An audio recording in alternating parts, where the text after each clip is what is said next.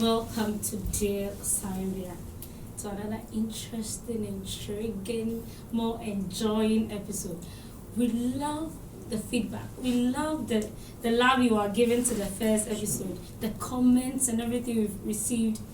Thank you so much. Today we are going to continue. We have some very beautiful guests in our midst. They are going to put the show right on the runway we should be going to. And so we want to introduce our guests. Before we introduce our guests, Miss Constance was here the last time, and then she made something. Some people have raised suggestions and other concerns. They want more insights on them. So we are going to give it over to our guests to give us deep insights into what we want to know. And so we want to introduce them. I'll allow them to introduce themselves here. So on my immediate left is Michael Kwabna. You can as well call me KB. Okay, and then I'm Esther. I'm Pravin. okay. I don't have any as well as. Okay, so I'll be referring to KB as KB, and then Esther, Miss Esther. Oh, yeah, that's fine. So, in our last episode, we were saying some things like a girl who is with the wrong guy, loving the wrong person. Okay. So we want to actually define who the wrong person is here and right here on this show. So first, we want to ask KB his view on who a wrong person is. So KB, wrong person. Okay. So, I'll just start off by saying that a wrong person is an unbeliever. If a Christian girl is dating or finding an unbeliever attractive, that's a wrong move. That person, yes, that person is a wrong person for a Christian girl. And the same way, if a Christian gentleman is falling or finding attraction with an unbeliever young girl, that one too is a wrong move, and I can say that person is the lady is a wrong person. So that's my understanding too. Okay, so to you, an unbeliever is a no for a Christian girl. For a Christian girl and a Christian guy, an unbeliever and vice lady, versa. yes. Okay. It's no, yeah. Yeah, this is that. So I'll agree with him that a wrong person so in the context we're talking about now, a wrong person for the girl is an unbeliever, and then an unbeliever is simply someone who doesn't believe in Christ. So, and even with that, you can go inside, you can go deep and then bring out the one who believes there is God and the one who believes there is no God. They are both unbelievers. They don't believe in anything. But the one who believes in God can be even more dangerous than the one who doesn't believe there is God. So both of them are wrong for the Christian girl. So if you want to have a fulfilling relationship or marriage, don't go for any of these people, because they will just... So you are saying that some of the unbelievers are half-baked. If that is what they believe that God is there. There's a Mhm. supernatural being, but they just don't relate well with God. Let me put it like that. Oh, okay. Very interesting. I think that, so if one person or a girl falls in love with somebody like that, yes, what should she do? KB. Okay, so I don't think if you fall in love with somebody, then you can't say again that the person is a wrong person, because love doesn't see wrong. Love doesn't see wrong. But we can say that if you are attracted to the wrong person, what should the person do? So the unbeliever, if you find attraction with somebody who doesn't believe in God or have believed that Jesus Christ died for us and through him that we are saved, that one is because we said it's a no-no, you have to run. the Bible uses the word flee. Flee. Because it's dangerous for you as a Christian to even relate or be with that person, especially in let me say a romantic relationship.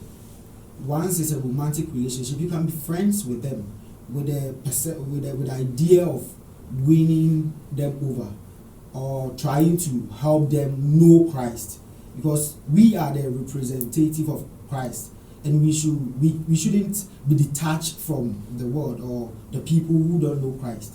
So we can relate with them.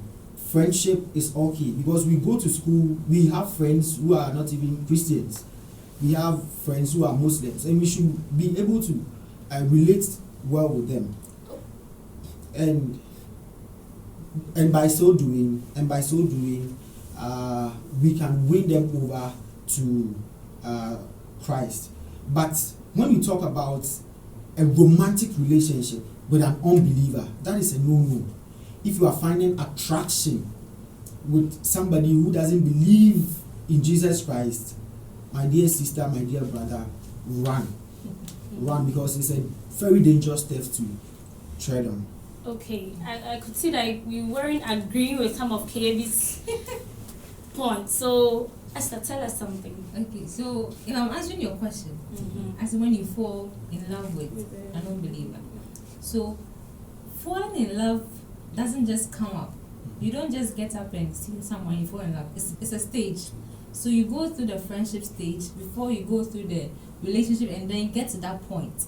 So even with the falling in love, somebody can like you but hasn't fallen deep there. So that person you can be able to run away.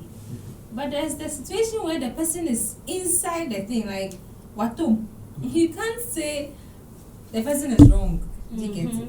So before someone would find or fall in love with the wrong person, it's what the person has seen or what you are showing the person that will make the person fall in love. So let's say the person comes to you like chocolates, the person buys you chocolates, the person buys you flowers every day, the person buys you dresses, the new hairstyles, he brings everything to you. A person is trying to tell you something that's, yo, I like you and I want to move further. So maybe you might also fall in love.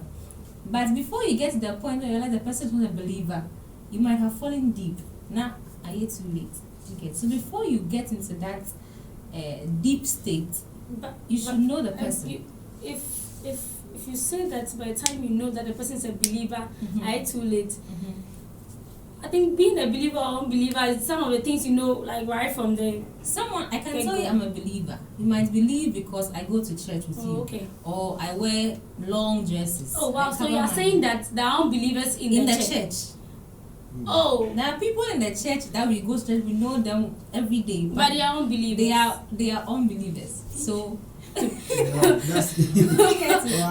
I'm learning this today. Yes, so the person is there. The person is in the church. The person in the church. But so, because of the things they are doing, you can call them unbelievers. Not because they don't believe in God.